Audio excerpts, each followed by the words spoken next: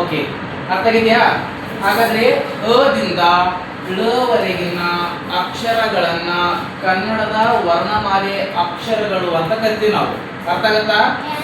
Okay, ಹಾಗಾದ್ರೆ ಈ ವರ್ಣಮಾಲೆಯನ್ನ ಮತ್ತ ಪ್ರಕಾರಗಳಾಗಿ ವಿಭಾಗ ಮಾಡ್ತೀವಿ. ಏನನ್ನ ವಿಭಾಗ ಮಾಡ್ತೀವಿ? ಹಾಗಾದ್ರೆ ಯಾರು ಹೇಳ್ತೀರಿ ಕನ್ನಡ ವರ್ಣಮಾಲಾಕ್ಷರಗಳಲ್ಲಿ ಎಷ್ಟು ಪ್ರಕಾರಗಳಿದಾವ? Raise your hand. ಹೇಳ, ಎಷ್ಟು ಪ್ರಕಾರಗಳಿದಾವ? ಎಷ್ಟಮ್ಮ ಪ್ರಕಾರಗಳು ಎಷ್ಟಿದಾವ ಅಂತ ಕೇಳಿದ ನಾನು. ಪ್ರಕಾರಗಳು ಅಂತಂದ್ರೆ ವಿಧಗಳು ಅಂತ. ನೀವ್ ಹೇಳಪ್ಪ ಲಾಸ್ಟ್. ಎಷ್ಟು? ಎಸ್, ಎಷ್ಟು ವಿಧಗಳು? 3 ವಿಧಗಳು. ಕೂಡ್ರಿ. ಹಾಗಾದ್ರ ಆ 3 ವಿಧಗಳು ಯಾವುವು ಅಂತ ನೋಡ್ತಾ ಹೋಗ್ಬೇಕು ನಾವು. ಅರ್ಥ ಆಯ್ತಾ?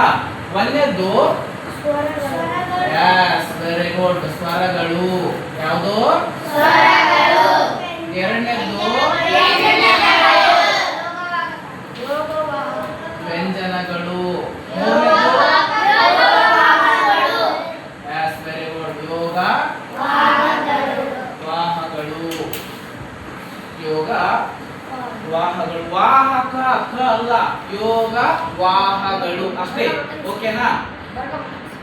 ಇದೆ ಬರ್ಕೊಂಡ್ರು ಈ ವಿಷಯ. ಹಾಗಾದ್ರೆ ಎಷ್ಟು ಅಕ್ಷರಗಳು ಇದಾವ ಸ್ವರಗಳಲ್ಲಿ?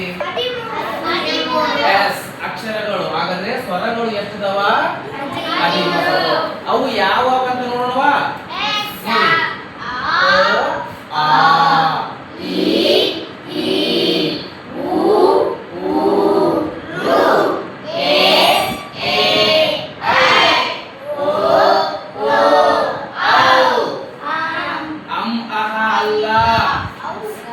ಅರ್ಥ ಆಗುತ್ತಾ? ಹಾಗಾದ್ರೆ ಅವುವರೆಗಿನ ಅಕ್ಷರಗಳನ್ನ ಕೌಂಟ್ ಮಾಡೋಣ. 1 2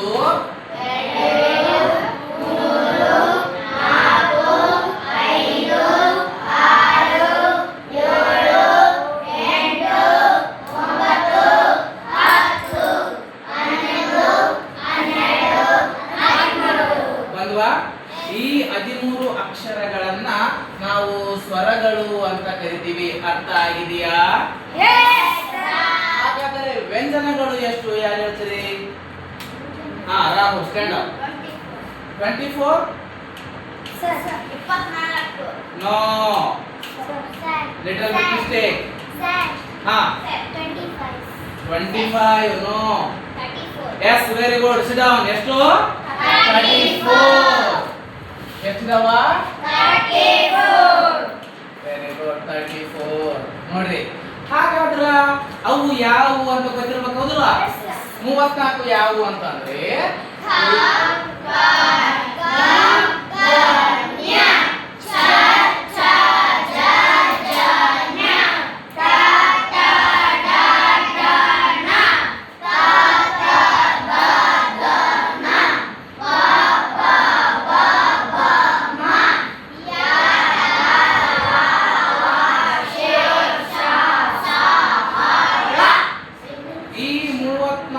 ಅಕ್ಷರಗಳನ್ನ ನಾವು ಏನಂತೀವಿ? ವ್ಯಂಜನಗಳಂತೀವಿ. ಆದ್ರೆ ಇವುಗಳನ್ನ ಕ ಚ ಅಂತ ಅನ್ನಕ ಬರಲ್ಲ. ಯಾಕಂದ್ರ ವ್ಯಂಜನ ಅಂತ ಯಾವಾಗ ಕರಿತೀವಿ ಅಂತಂದ್ರ ಇದು ವ್ಯಂಜನ. ವ್ಯಂಜನ ಅಂದ್ರ ಖ ಖ ಗ ಘ ಹಿಂಗ ಅಂತೀವಿ, ಹೌದಾ? ಹಾಗಾದ್ರೆ ಸರ್ ಇದನ್ನ ಕ ಅಂತ ಯಾವಾಗ ಕರಿಬೇಕು ಅಂತ ಅಂದರೆ ಕ ಕೆ ಅ ಸೇರಿಕೊಂಡು ಗ ಆಗುತ್ತೆ, ಅವಾಗ ಇದು ಕ ಆಗಿ ಬದಲಾಗುತ್ತೆ. ಅರ್ಥ ಆಯ್ತಾ? ಇದನ್ನ ನಾವು ಅಕ್ಷರ, ಸ್ವರಾಕ್ಷರ, ಸ್ವರದಿಂದ ಕೂಡಿದ ವ್ಯಂಜನಾಕ್ಷರ ಅಂತ ಕರಿತೀವಿ. ಅರ್ಥ ಆಯ್ತಾ? ಹಾಗಾದ್ರೆ ಈ ಲೈನ್ ದಾಗ ಎಷ್ಟಿದಾವ? ಈ ಲೈನ್ ದಾಗ ಇದು ಇದು ಇದು ಹಾಗೆ ಇದ್ರಲ್ಲಿ ಎಷ್ಟಿದಾವ?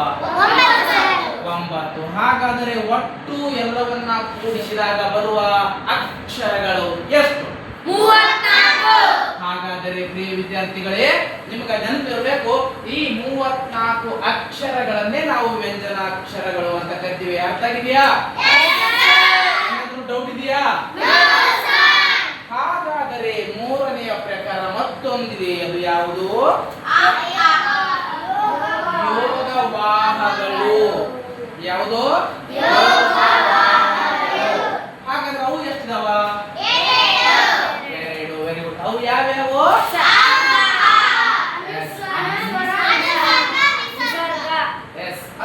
ನೆನಪಿರ್ಬೇಕು, ಇದು ಅಮ್ಮು ಮತ್ತು ಅಹನ ನಾವು ಯೋಗವಾಹಗಳು ಅಂತ ಕರಿತೀವಿ. ಆದರೆ ನಾವು ಅದರಲ್ಲಿ ಎರಡಿದಾವಲ್ಲ ಯೋಗವಾಹಗಳಲ್ಲಿ, ಅವು ಯಾವುವು ಅಂತ ನೋಡ್ತಾ ಹೋದಾಗ ಅನುಸ್ವರ,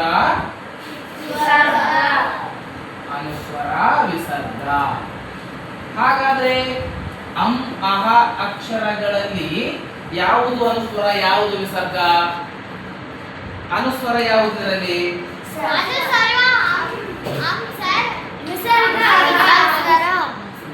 ವೆರಿ ಗುಡ್. ಅನುಸ್ವರ 1 0. ಅನ್ನೋದು ಏನದು? ಸ್ವರ. ಸ್ವರಕ್ಕ ಇದು ಕೂಡಿಕೊಂಡು ಅಮ್ಮ ಆಗೈತಿ. ಇದಕ್ಕ ಯಾವುದೇ ಒಂದು ಬೆಲೆ ಇರಲ್ಲ, ಅರ್ಥ ಇರಲ್ಲ. ಈಗ 0 2 0 ಫಸ್ಟ್ ನೋಡಿ. ಈಗ 0 2. ಈಗ 0ಕ್ಕೆ ಏನಾದರೂ ವ್ಯಾಲ್ಯೂ ಇದೆಯಾ? ಈಗ ಎಷ್ಟು ರೂಪಾಯಿ ಐತೆ ಇಲ್ಲಿ? 2 ರೂಪಾಯಿ ಅಂತ ಕರಿತೀವಿ. ಹಾಗಾದ್ರೆ ಈಗ ಎಷ್ಟೈತೆ? ಹೇಗೆ 0 ಇದರ ಮುಂದೆ ಬಂದಾಗ 0ಕ್ಕೆ ಬೆಲೆ ಬರುತ್ತೋ ಹಾಗೆ ಅ ಅಕ್ಷರದ ಮುಂದೆ, ಅ ಸ್ವರದ ಮುಂದೆ ಇದು ಬಂದಾಗ ಅದಕ್ಕೆ ಅರ್ಥ ಬರುತ್ತಾ? ಅರ್ಥ ಆಯ್ತಾ? ಹಾಗಾದ್ರೆ ವಿಸರ್ಗ ಅಂದ್ರೆ 2 ಸಂಖ್ಯೆ. ಆಹಾ ಅಂತೀವಿ. ಗೊತ್ತಾ? ಏನಾದ್ರು ಡೌಟ್ ಇದೆಯಾ? ನೋಡಿ ಹೇಳ್ತೀನಿ. ಕನ್ನಡ ಭಾಷೆ ಇದೆ, ಸುಂದರವಾದ ಭಾಷೆ, ಸುಲಲಿತವಾದ ಭಾಷೆ, ಸುಗಂಧದಿಂದ ಕೂಡಿದ ಭಾಷೆ. ಈ ಕನ್ನಡ ಭಾಷೆಯಲ್ಲಿ ಒಟ್ಟು 49 ಅಕ್ಷರಗಳಿದಾವೆ. ಈ 49 ಅಕ್ಷರಗಳನ್ನ ನಾವು 3 ವಿಧಗಳಾಗಿ ವಿಂಗಡಣೆ ಮಾಡ್ತೀವಿ. 3 ವಿಧಗಳ ಯಾವುವು ಅಂತಂದ್ರೆ, ಒಂದನೇದ್ದು ಸ್ವರಗಳು, ಒಂದನೇದ್ದು ಸ್ವರಗಳು, ಎರಡನೇದ್ದು ವ್ಯಂಜನಗಳು, ಮೂರನೇದ್ದು ಯೋಗವಾಹಗಳು. ಸ್ವರಗಳು ಎಷ್ಟು? 13. ವ್ಯಂಜನಗಳು ಎಷ್ಟು? 34. ಯೋಗವಾಹಗಳು ಎಷ್ಟು? 2. ಅರ್ಥ ಆಗಿದೆಯಾ? ಓಕೆ, ಎಲ್ಲರೂ ಇದನ್ನ ನೀಟಾಗಿ ನೋಟ್ಸ್ ಮಾಡ್ಕೊಳ್ಳಿ. ಐದು ಕೊಡು. ಬರ್ಬೋದು.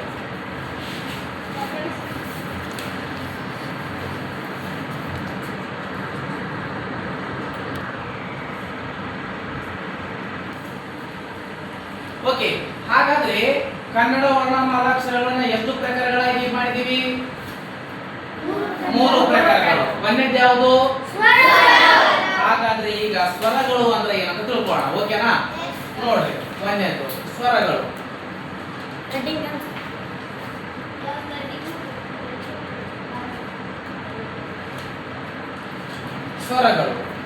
ಸ್ವರಗಳು ಎಷ್ಟಿದಾವ? 13. ಓಕೆನಾ? ಹಾಗಾದ್ರೆ ಸ್ವರಗಳು ಅಂದ್ರೆ ಏನಂತ ತಿಳ್ಕೊಳ್ಳೋಣ. ಸ್ವರಗಳು ಅಂತಂದ್ರೆ ಯಾವ ಅಕ್ಷರಗಳು ಬೇರೆ ಅಕ್ಷರಗಳ ಸಹಾಯವಿಲ್ಲದೆ ಸ್ವತಂತ್ರವಾಗಿ ಉಚ್ಚರಿಸಲ್ಪಡುತ್ತವೆಯೋ ಅವುಗಳನ್ನ ನಾವು ಸ್ವರಗಳು ಅಂತ ಕರಿತೀವಿ. ನೋಡಿ, ಕೇಳ್ರಿ ಫಸ್ಟ್ ಸೈಲೆಂಟ್ ಆಗಿ. ಯಾವ ಅಕ್ಷರಗಳು ಸ್ವತಂತ್ರವಾಗಿ ಉಚ್ಚರಿಸಕ್ಕೆ ಬರ್ತಾವೋ ಆ ಅಕ್ಷರಗಳನ್ನ ಸ್ವರಗಳು ಅಂತ ಕರಿತೀವಿ. ಬರೀರಿ ಹಾಗಾದ್ರೆ. ನೋಡ್ರಿ, ಸ್ವತಂತ್ರವಾಗಿ, ನೀವು ಮಾತಾಡಂಗಿಲ್ಲ, ಬರ್ಕೋಬೇಕಷ್ಟ. ಸ್ವತಂತ್ರವಾಗಿ ಉಚ್ಚರಿಸಲ್ಪಡುವ, ಒಂದ್ಸರಿ ಹೇಳಿದ ಕನ್ನಡ ಬರ್ಕೋಬೇಕಷ್ಟ, ಮಾತಾಡಂಗಿಲ್ಲ. ಉಚ್ಚರಿಸಲ್ಪಡುವ ಅಕ್ಷರಗಳಿಗೆ ಸ್ವರಗಳು ಎಂದು ಕರೆಯುವರು.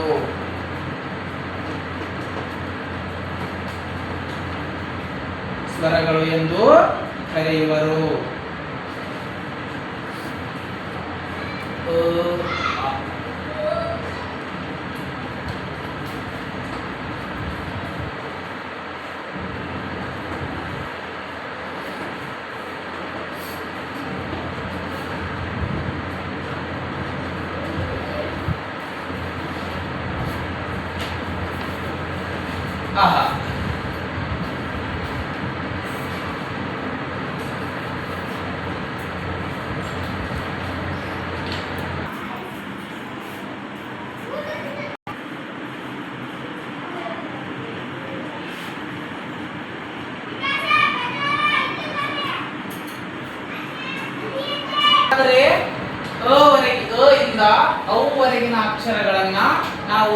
ಸ್ವರಗಳು ಅಂತ ಕರಿತೀವಿ.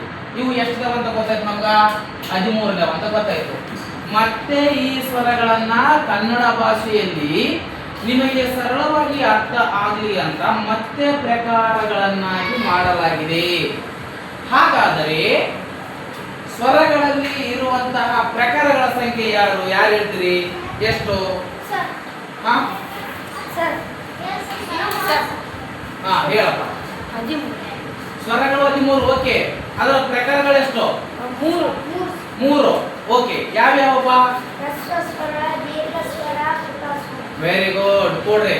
ಹ್ರಸ್ವ ಸ್ವರ, ದೀರ್ಘ ಸ್ವರ, ಪ್ಲುತ ಸ್ವರ. ಹಾಗಾದ್ರೆ ಒಂದನೇದು ನೋಡೋಣ. ಹಾಗಾದ್ರೆ ಸ್ವರಗಳ ಪ್ರಕಾರಗಳು ಅಂತ ಹಾಕೋರಿ. ಸ್ವರಗಳ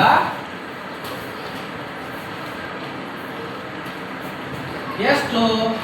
3. Very good. ಒಂದನೇದು ಹ್ರಸ್ವ ಸ್ವರ, ಎರಡನೇದು ದೀರ್ಘ ಸ್ವರ, ಮೂರನೇದು ಪ್ಲುತ ಸ್ವರ. ಇವು ನೆನ್ಪಿಟ್ಕೋಬೇಕು.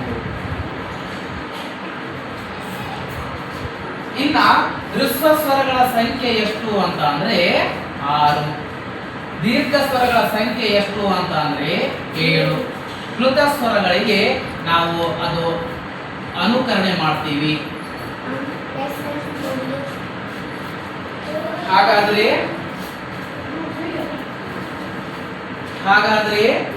ನೆನ್ಪಿಟ್ಕೊಳ್ಳಿ, ಸ್ವರಗಳು ಅಂತ ಇದೆ. ಸ್ವರಗಳಲ್ಲಿ ಮತ್ತೆ 3 ವಿಧಗಳು ಮಾಡ್ತೀವಿ. ಒಂದನೇದು ಹ್ರಸ್ವ ಸ್ವರ, ದೀರ್ಘ ಸ್ವರ, ಪ್ಲುತ ಸ್ವರ. ಹ್ರಸ್ವ ಸ್ವರ ಅಂದ್ರೆ ಏನಂತ ತಿಳ್ಕೊಬೇಕು ನಾವು. ಮತ್ತೆ ದೀರ್ಘ ಸ್ವರ ಅಂದ್ರೆ ಏನಂತ ತಿಳ್ಕೊಬೇಕು. ಆಮೇಲೆ ಪ್ಲುತ ಸ್ವರ ಅಂದ್ರೆ ಏನು ಅಂತ ನಾವು ತಿಳ್ಕೊಬೇಕು. ಅರ್ಥ ಆಗ್ತಿದ್ಯಾ? ಎಸ್, ಬರ್ಕೋ.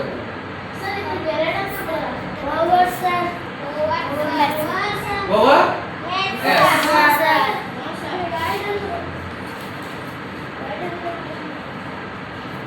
ಎರಡರೊಳಗ ಗುಡ್. ಇನ್ನೊಂದು ನಾ ಹೇಳ್ತೀನಿ, ಅದು ಪಟ್ಟಿಲ್ಲ. ಓಕೆನಾ? ಓವರ್. ತೆಗಿಲಿದನ ಬರ್ಕೋರಿ, ಬೇಗ ಬರ್ಕೋಬೇಕು.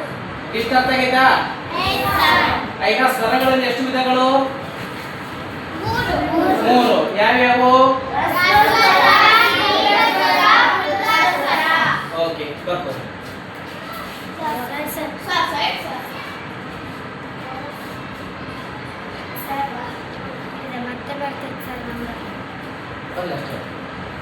ಆಫ್ ಮಾಡು, ಟಚ್ ಮಾಡು.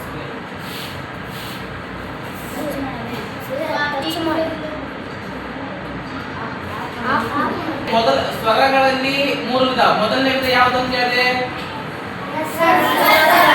S, very good. ಅದು ಯಾವುದು?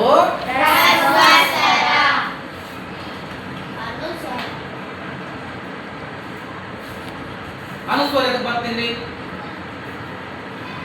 ಅನುಸ್ವರ ಬರ್ತಾ? ಹ್ರಸ್ವ ಸ್ವರ, ದೀರ್ಘ ಸ್ವರ, ಪ್ಲುತ ಸ್ವರ ಅಷ್ಟೇ. ಅರ್ಥ ಆಯ್ತಾ? ಹಾಗಾದ್ರೆ ಹ್ರಸ್ವ ಸ್ವರ ಅಂದ್ರೆ ಏನು ತಿಳ್ಕೊಳ್ಳೋಣ ನಾವು. ಹ್ರಸ್ವ ಸ್ವರ ಅಂದ್ರೆ ಒಂದು ಮಾತ್ರ ಕಾಲದಲ್ಲಿ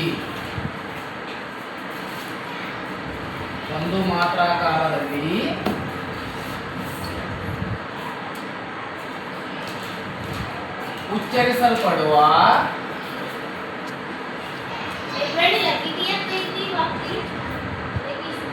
ಈ ತರ ಕೈ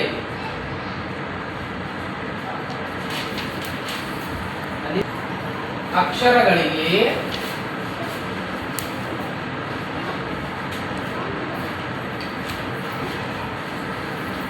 ಹ್ರಸ್ವ ಸ್ವರ ಎನ್ನುವರು.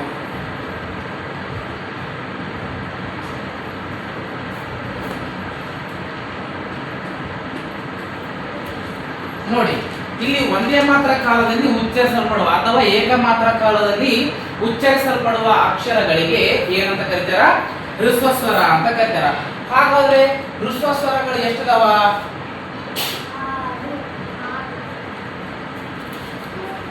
ಎಷ್ಟು?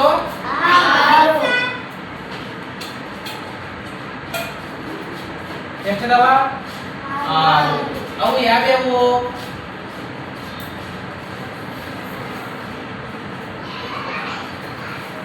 ನೋಡ್ರಿ, ಅ, ಈ, ಉ, ರು, ಎ, ಓ.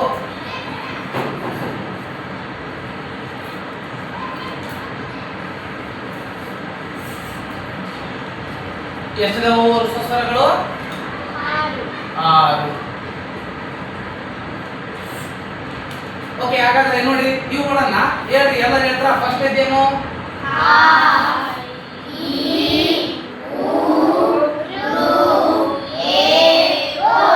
ತಪ್ಪು. ನೀವು ಹೇಳಿದ್ದೆಲ್ಲವೂ ತಪ್ಪು. ಅವು ದೀರ್ಘ ಸ್ವರಗಳ ತರ ಹೇಳ್ತಾ ಇದ್ರ, ಅಷ್ಟು ಹೇಳೋ ಅವಶ್ಯಕತೆ ಇಲ್ಲ. ನೋಡ್ರಿ, ಅ, ಇ, ಉ, ರು, ಎ, ಓ. ಇಲ್ಲಿ ನೋಡಿ, ಅ, ಇ, ಉ, ರು, ಎ, ಓ. ಇವನ್ನ ಮಾತಾಡ್ಬೇಕಾದ್ರೆ ಜಾಸ್ತಿ ಉಸಿರು ತಗೊಳ್ತವಾ? ಹಾಗಾಗಿ ಒಂದೇ ಮಾತ್ರ ಅ ಮುಗಿತಿ, ಇ ಮುಗಿತಿ, ಉ ಮುಗಿತಿ. ಹೌದಾ?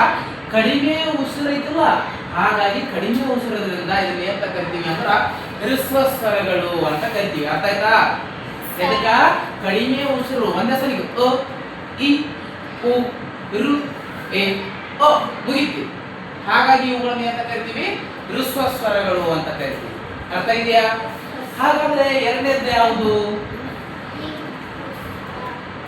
ದೀರ್ಘ ಸ್ವರ. ಹಾಗಾದ್ರೆ ದೀರ್ಘ ಸ್ವರಗಳು ಎಷ್ಟಿದಾವ? 7 ಇದಾವ. ಎಷ್ಟಿದಾವ? 7. ಹಾಗಾದ್ರೆ ಅವು ಯಾವುವು? ಆ, ಈ, ಉ, ಎ, ಐ, ಓ, ಔ. ಇಲ್ಲಿ ನೋಡ್ರಿ, ಇವ್ರು ಹೇಳ್ರಿ, ಎಲ್ಲ ಹೇಳ್ಬೇಕು. ಇದೇನು?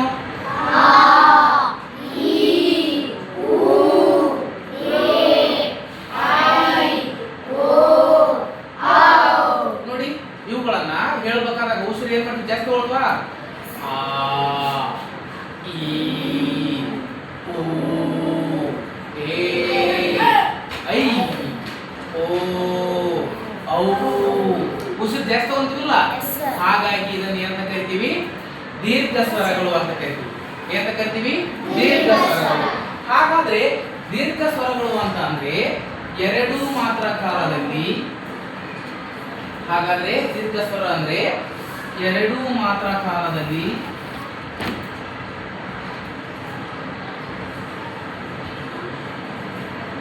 ಉಚ್ಚರಿಸಲ್ಪಡುವ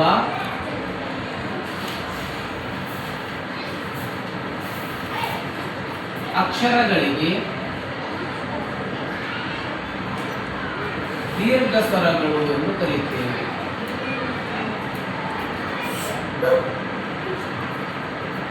ದೀರ್ಘ ಸ್ವರಗಳು ಎಂದು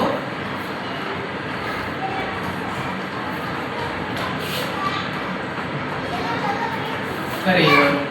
ನೋಡಿ, ಹ್ರಸ್ವ ಸ್ವರಗಳನ್ನ ಹೇಳಬೇಕಾದಾಗ ಕಡಿಮೆ ಉಸಿರು ತಗೊಳ್ತೀವಿ.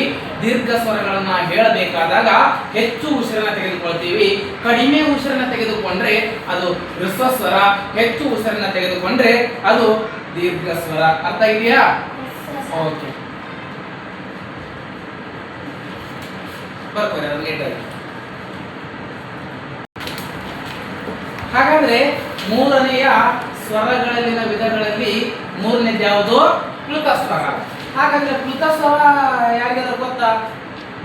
ನೋಡಿ, ಅದನ್ನ ನಾನು ಹೇಳ್ತೀನಿ.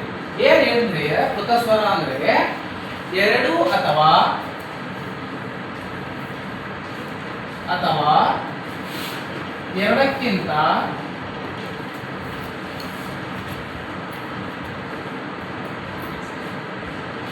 ಹೆಚ್ಚು ಮಾತ್ರಾ ಕಾಲದಲ್ಲಿ ಮೂರಕ್ಕಿಂತ ಹೆಚ್ಚು ಮಾತ್ರಾ ಕಾಲದಲ್ಲಿ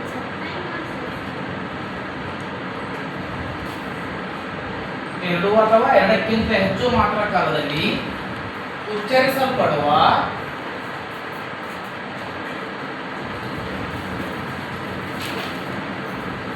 ಅಕ್ಷರಗಳಿಗೆ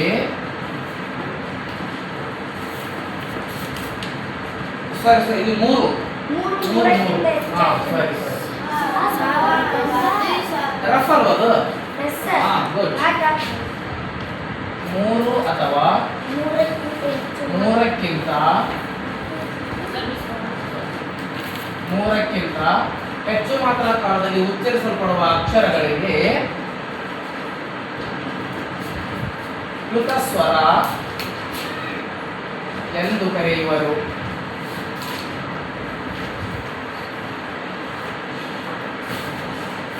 ಎಂದು ಕರೆಯುವರು. ಹಾಗಾದರೆ ಪ್ಲುತ ಸ್ವರಗಳಿಗೆ ಉದಾಹರಣೆ ಏನು ಅಂತ ಅಂದ್ರೆ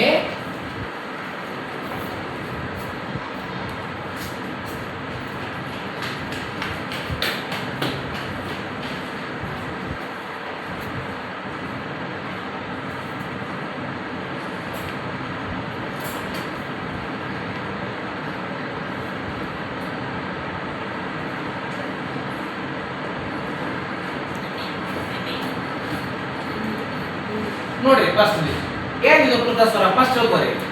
ಈಗ ಒಂದು ಮಾತ್ರ ಕಾಲದಲ್ಲಿ ಉಚ್ಚರಿಸಲ್ಪಡುವ ಅಕ್ಷರಗಳಿಗೆ ಸ್ವರಗಳು ಅಂತೀವಿ.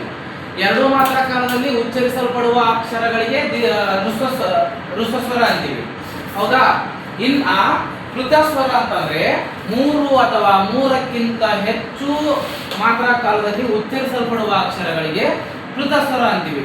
ಅದು ಹೆಂಗ ಗುರುತಿಸ್ತೀವಿ? ಯಾವ ಚಿಹ್ನೆಯಿಂದ ಗುರುತಿಸ್ತೀವಿ ಅಂದ್ರೆ ಎಸ್ ಚಿಹ್ನೆಯಿಂದ ಗುರುತಿಸ್ತೀವಿ. ಯಾವ ಚಿಹ್ನೆಯಿಂದ?